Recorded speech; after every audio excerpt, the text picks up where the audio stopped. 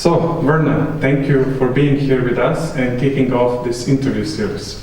Okay, nice I to be first want to ask you about your life as an academic right now.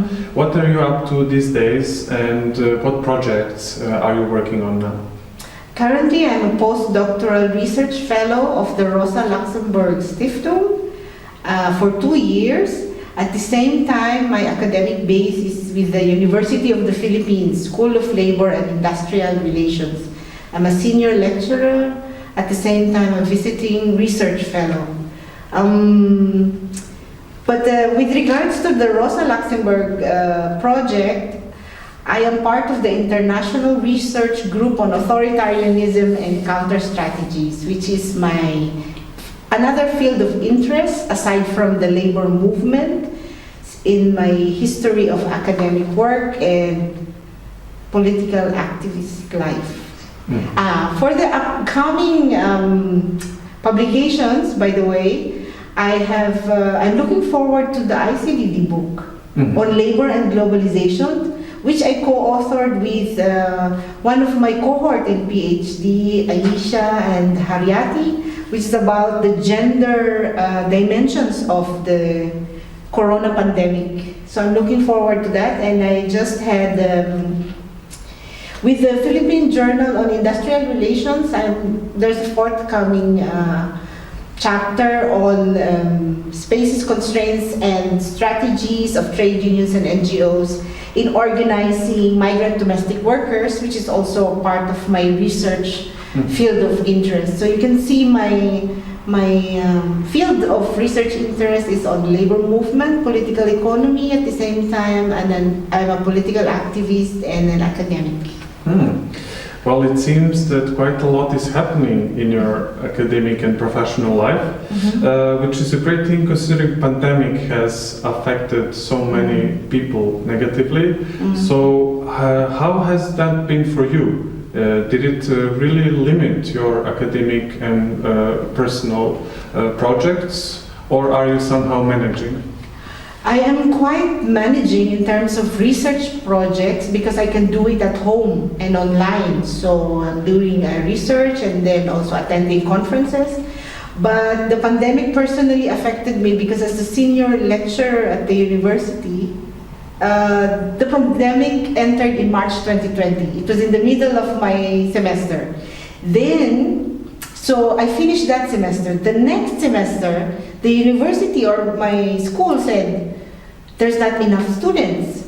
So they didn't give me a course load, even though I still have a contract. But my contract is, you get paid if you teach. So I wasn't given a course load because they said it will compete with the other courses that are already with so few students. So that's how it affected me. But I'm getting a lot of research projects while at home, but my world in the last 1 year has been within the four corners of my house with my daughter, the two of us, to maintain safety so we don't go out, we don't meet so many friends. Yeah, unfortunately it has been like that for most people. But speaking of which, I want to ask you in particular about your home country of Philippines. Yes. Back in March 2020, the first wave began, and the enhanced community quarantine was imposed in the Philippines, including the island of Luzon, where the capital of Manila is located. President Duterte said that the Philippines are under state of calamity for a tentative period of 6 months.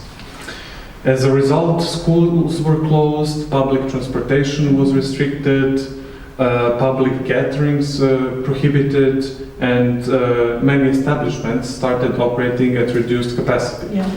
Now, this is called the strictest and the longest lockdown in all of Asia. And it's even longer than the lockdown in Wuhan, China, which was of course the epicenter of the pandemic. So was such a radical response to the first wave justified, taking into account the infection rates back then? Yeah, true. I think you made a great research on what happened to the Philippines. But as I've written in some of my web articles, I've said that the Duterte government response to the pandemic was highly militarized and not scientifically based, and they were all knee-jerk reactions.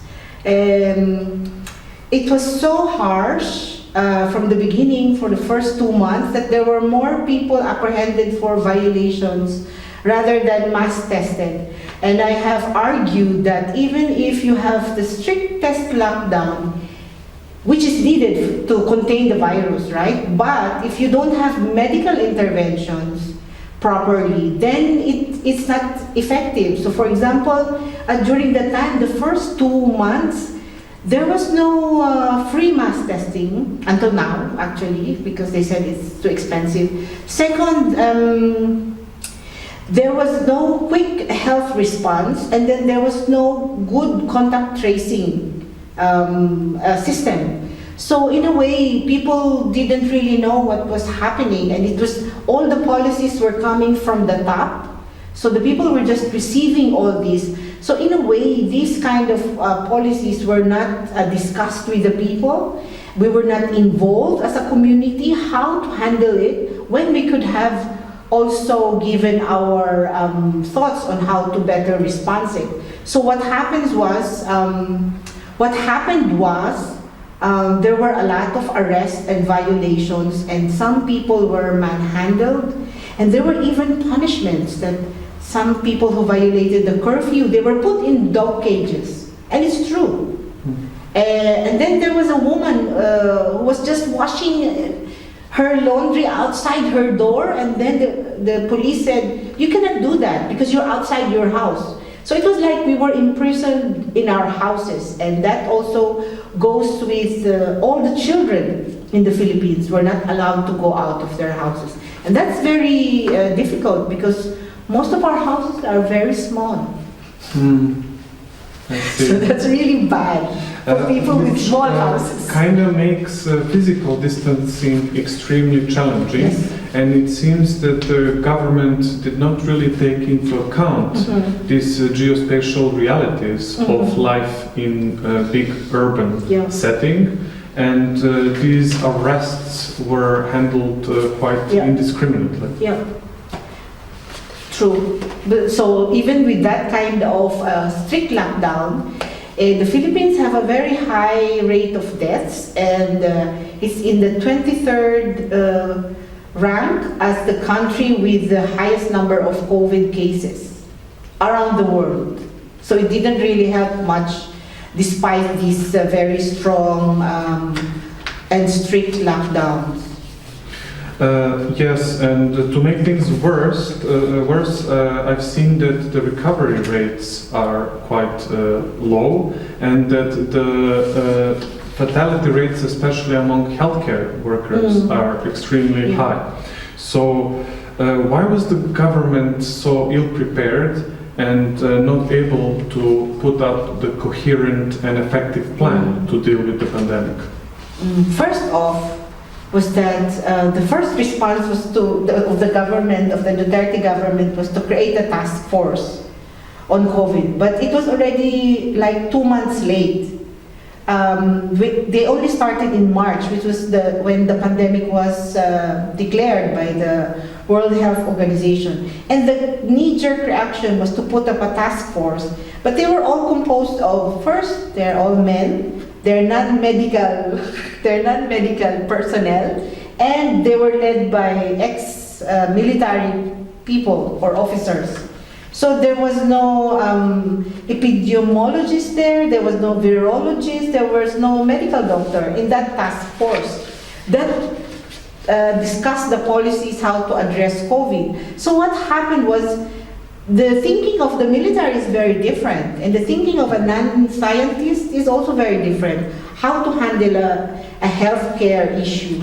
And that happened, so they were saying, because these men are quick and decisive leaders, and the doctors, they're just talking very slow and with lots of technical jargon. And Duterte said that on TV. And then there was also the motor shield that they said, because a lot of people there, it's like Vietnam, we ride the motorcycles. And then the people in the policy making said, there should be a motor shield, even if you are married, if you're a couple, you know, which are so absurd. And then they invented a motor shield with the driver and the passenger. And then the engineer said, if you use that shield, the motorcycle will get into an accident, because it was not properly researched whether the airflow is possible, because it contradicts with the airflow if you're riding a motorcycle. And these are some of the absurd policies that this task force has enforced. So you can imagine the rest. Yeah, I mean, it makes absolutely no sense to me, but unfortunately it's far from the only absurd policy. And so I want to ask you about one implication of this pandemic, and one thing it did in the Philippines, it seems, it strengthened Duterte's authoritarian rule. The government has treated this as a law and order crisis instead of a public health emergency. And you already mentioned this military stance, the fact that the task force employs retired generals, not epidemiologists. But can you tell us a bit more about how this pandemic is serving as an excuse to solidify this authoritarian grip of the country? Yes, particularly that in the middle of, immediately after the pandemic, Duterte asked for emergency powers, huge powers, to decide on the budget. That's okay, because it's an emergency. But there were also in the law of emergency powers that the government can arrest anyone who violate the policies. And it has a lot of expansion of their powers. And then later on, the government with their allies in the legislative branch, they instituted the anti-terror law. Anti-terror law says that the police and the military can arrest suspected terrorists even if they are thinking about it, even without evidence. And that's the most dangerous thing, because even just the activists voicing opposition can also be arrested because of that law. So there was a lot of opposition, and there were a lot that were arrested. And then Duterte at the time also shut down a broadcast network at the time when we really need information from the media, because this network exposed the drug war in 2017. In 2018, he said, I will close you down. In 2019, that happened. So mentioning this closing of a major broadcasting network, ABS-CBN, it is quite telling that Ferdinand Marcos also did the same at the height of his dictatorship. So would you say comparison between Duterte and Marcos is justified, or is it at all a good model for understanding the current Duterte's rule? Yeah, actually, I mentioned that in my article, which there is really a parallelism. But what is also quite a coincidence is that Duterte is a Marcos loyalist. So he grew up as a politician under the Marcos authoritarian regime. So that's how he was produced, and his milieu, his environment. And so he is imitating the same way as Marcos is doing. So if you have a dissenting opinion, you don't have any right, you'll just be cut down. So anybody that opposed him or make fun of him will have to meet the full force of the law. For example, I don't know the law that they were saying.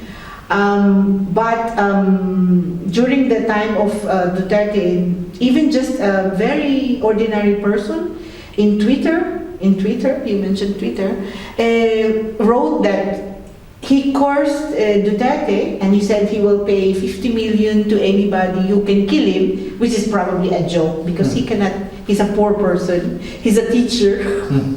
It was just a joke.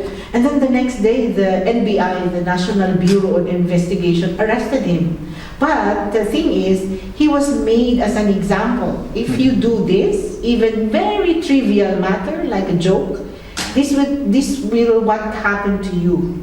So it was like a sampling of the authoritarian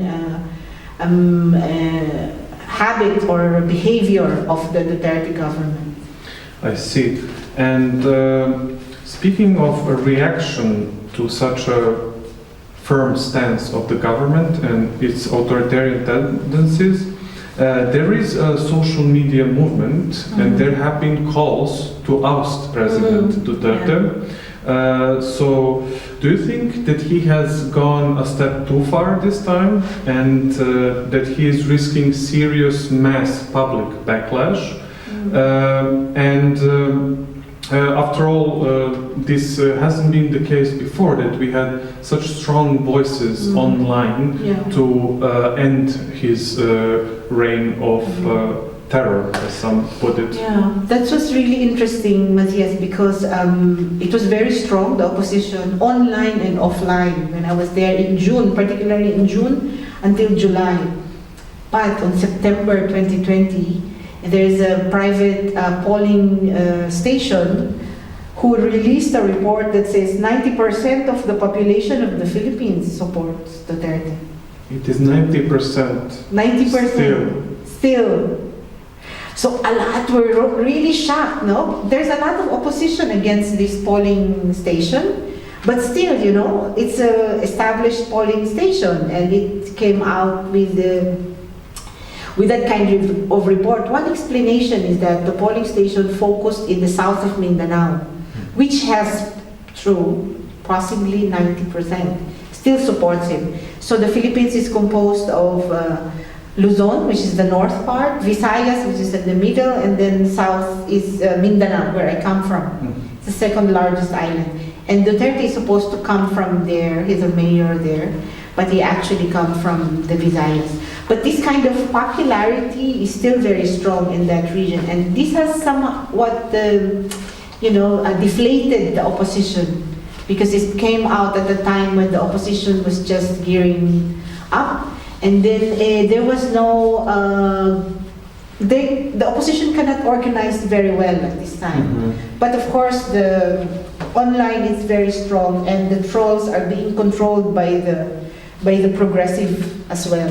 I don't know, maybe in the elections next year something will change, but I'm not so sure. Duterte still enjoyed popularity, and that's something like a contradiction that we still need to do and study. Yes. Well, apart from the politics, pandemic has certainly influenced the economy of the state, as it has all around the world. Prior to the COVID pandemic, actually Philippines were experiencing substantial economic and job growth. So the salary levels and employment was rising. Unfortunately, once the pandemic really struck, these economic gains have been either wiped out or reversed. So I want to ask you, do you expect these trends to be long-lasting, or is the economy going to recover this year? After 1 year of the lockdowns, it was reported that the Philippines has the biggest economic contraction, 9.5. Economic contraction in the whole of the region, in the Southeast Asia. And the Philippine economy is the worst performer in the whole of the region. And there are almost 10 million workers who were unemployed during the time of the pandemic because of the lockdowns. But in terms of whether we can recover after this, even though we can recover, because the gig economy has broadened, Philippines has more informal workers than wage and salary workers. So 20% of our gross domestic product come from the informal sector. So these are the transport workers, the drivers, and the gig economy has expanded, so some people are able to get some jobs there, but I'm not sure if that can help. And then the Filipino overseas workers, they're still sending remittances, especially now. So that helps the economy stay afloat. But in the next years to come, I think we have to address our tripling of our debt under Duterte. Because Aquino was able to stabilize, the former government was able to stabilize the debt, but during the pandemic, the Duterte government borrowed left and right. And this is something that will haunt us in the next years to come. Yeah, that indeed sounds like a grim picture. But let's try to zoom in a bit on the people who are hit the hardest. So workers are certainly among them. And once these strict measures were instituted, public transportation was operating at a limited capacity. So many workers actually couldn't get to work, or they were forced, even advised, to take a bicycle or walk. Yeah. Now, I'm not even sure if that's an option in giant urban areas like Manila. But even worse, many companies started doing layoffs. So as you mentioned, now we have a large number of jobless or job seekers. And some of these people were not laid off, they are maybe entering the job market for the first time, and they're struggling to land a position. So it seems that stopping these layoffs should be a no-brainer, something that the government should do, but perhaps is not doing right now. So I want to ask you, how would you describe the situation in particular for workers right now? Yeah, it was also very absurd when the transportation was suspended, because the government forgot to provide transportation for the healthcare workers. So they couldn't go to the hospitals to take care for the COVID-infected people, which was just so strange, no? And the first months, and you know, the nurses and the healthcare workers, you know, the assistant in the hospitals, they had to walk at dawn to be able to walk 2 hours to get to the hospitals where they work. And when they work there, they're already tired. So their immune system also is down. So that's why you mentioned that they have the highest rate of infection. And it was because of that, all of the hardships, and they have to do 24-hour night shift, so their immunities were really down, and they affected the healthcare workers. But yeah, you're right, the transportation also left 250,000 workers, no? In the metropolis. How would they go to their companies or their factories? What happened was the company owners, they tried to provide transportation for those that can. But you know, we have many small and medium enterprises, and they could not do that. So only the big companies were able to hire buses for their workers. And the others, what they did is to put up dormitories in the companies, so that the workers don't have to go back and forth. And the others really just, they had no other choice. They had to use the bicycle. And that's how it happened in the first few months. And what happened was only those with cars can really move.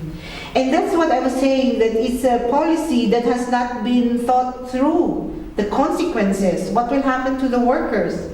Instead, they should have protected the workers first, instituted how they could be protected so that they can still continue with their work. I see. And there are also increased voices for strengthening and implementing new labor market programs. So there should be other ways in which the government can help workers. So some potential measures could be wage and hiring subsidies, professional skills development funding, apprenticeship programs in the industry, and unemployment insurance. Do you think these would be good solutions and potential paths out of the crisis, or maybe you have some alternatives to propose? The government is doing some of that, like can enter the labor market again. But for the workers, the regular workers, that were unemployed during the pandemic, especially those in the hotel and in the service sector. They really had a hard time, and they really had many difficulties to get back to the labor market. And they have not, until now, the unemployment insurance is still not being instituted. It's still being discussed in the Congress because we have to make a law out of it in order to be implemented. The thing is, there were so many people that became hungry, and so people cannot pay their electricity bills and cannot pay their housing, and so they were evicted. Because even though the pandemic said, the government said, the electricity bills must suspend their billing after 3 months, for 3 months. But after 3 months, people have no job, so they couldn't pay their rent, they couldn't pay their bills. So that's what happened really to many of the workers in my country. And do you think that this pandemic has really exposed how the lives and livelihoods of people at the top, bottom, middle, and on the edges of society are not perceived as having equal worth? Yes. Because we see that poor and the rich are treated differently, and that, for instance, capitalists are getting richer despite doing these mass layoffs. Sure. We also have had some instances where VIP vaccination was provided, and where a police chief, if I'm not mistaken, was celebrating birthday with 50 people despite being in charge of enforcing lockdown. So these double standards seem to be now in the focal point of criticism, and rightfully so. Do you think this situation can continue? And if so, what can be done to prevent the unequal suffering? Yeah, I think it's still continuing now, even with we have a very limited supply of vaccine now. And just recently, a legislator said, I think a mayor said that he got 4 shots of the vaccine. 4 shots? Does one need 4 even? Because first he had the Sinovac, the one from China, but it was said the efficacy rate is 60%. So he got additional shot when the Pfizer came in, BioNTech vaccine. So he got 4 shots. So this became another source of opposition, no? Because how come people get more when the others can't even be vaccinated because of the distribution? And that still remain a problem. And then I even had an idea that they said, no, the virus affects everyone, even in the rich countries or poor countries, they affect everyone because it's a virus. But then I would say there's also a lot of discussion that says, yes, we are all in this together. Yes, we are part of the same storm, but we are in different boats, and some boats have more social protection than others. So that's among the many discussions among the activists. You know? The rich and those that have more influence or power can have better access to health. They can have better access to medical response than those that are really the poor. And the poor, after they are more affected because their jobs are more on the line, and especially the informal workers. Those that earn every day just to have food every day. So they were the most affected when the lockdowns were instituted because they were not allowed to go out and find work. Well, as we have learned from you, the government has done a lot of things wrong and caused a great deal of unnecessary pain and suffering. But let us try to end on a bit of a positive note and imagine a path forward. What could be done in terms of both containing the virus and stimulating the economy, and perhaps something we haven't mentioned so far? Yeah.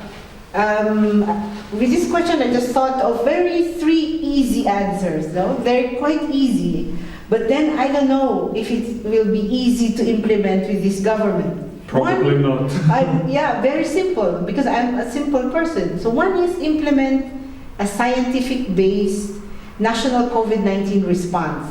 When you say scientific-based, have mass testing, contact tracing, and distribution of vaccine very quickly. And second, which is really my concern, is protection for workers.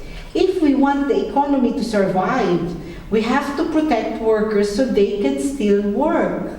And that's the main thing, because the economy will die if the workers are not able to work. And if they die and they are not safe in their workplace, then the economy will follow suit. And that's the main thing. And second, and the third one, which I forgot to mention, is the Philippines has the lowest fiscal stimulus package in the whole region. Among the lowest, together with Bangladesh and Cambodia. But the rest have higher fiscal stimulus package. So we only have like 6% of our GDP being put as a stimulus package. Unlike, I think in Germany it's like 20%. In Malaysia it's like that. In Singapore it's 20%. Because they believe they should put more money into the economy to make it survive. And Duterte's key economic advisors are all neoliberals. They said they should have fiscal balance, they should have austerity, we should not spend more than we can earn, and that's what happened now. No? Even at the moment of a pandemic, it can really kill the economy. And with just these three simple, proposals, I think we would have been better off than what we are now. Well, it seems to me Philippines would be better off if you could just have the ear of a president, if he would only listen. But it seems that he's more interested in disciplining and punishing people than actually helping them. And we can only hope that this continuation of this approach will reveal some cracks in his role, and that this 90% approval rate is going down sometime soon. I hope so. Verna, thank you very much for taking your time and sitting here with us. Yeah. And it was utmost pleasure talking to you, and may your bright appearance set the tone for the episodes to come. Thank you. Thank you.